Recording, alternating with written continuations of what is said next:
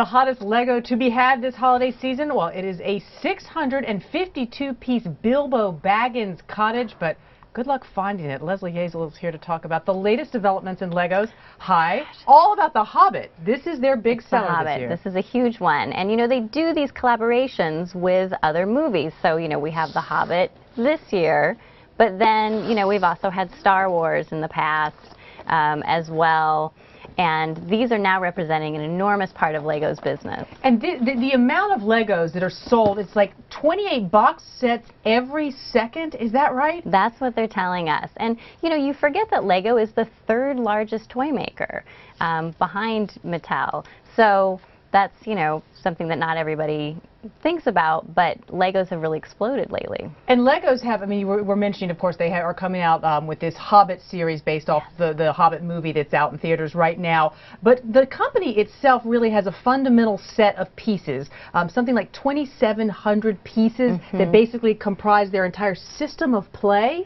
Right. What they used to do was, okay, we need to make something attached to Star Wars.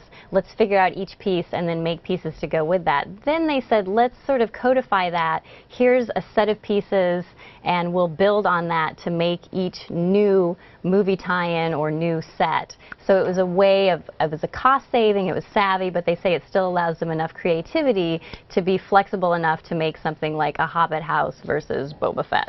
And it sounds like, I mean, in some ways it saved the company's bottom line, because they were up until, I guess, around 2004 when they began revamping the company, you know, they sort of were just bringing out anything at any point in time. Lego here, Lego there. Right, and now they've sort of reeled that in. They're still growing. They still have a lot of employees, and they're expanding, and they plan to be up 20%.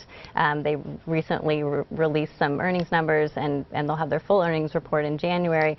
But, you know, we're seeing a company that's thriving. On the parent side, you know, do I want to spend $70 for the Hobbit house? Yes. Is my kid really going to love it?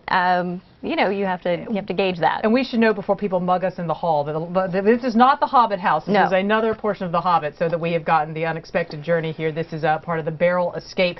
Let's talk a little bit, though, about the jobs of the people, Leslie, who get to come up with these concepts. They actually hung out on the movie set.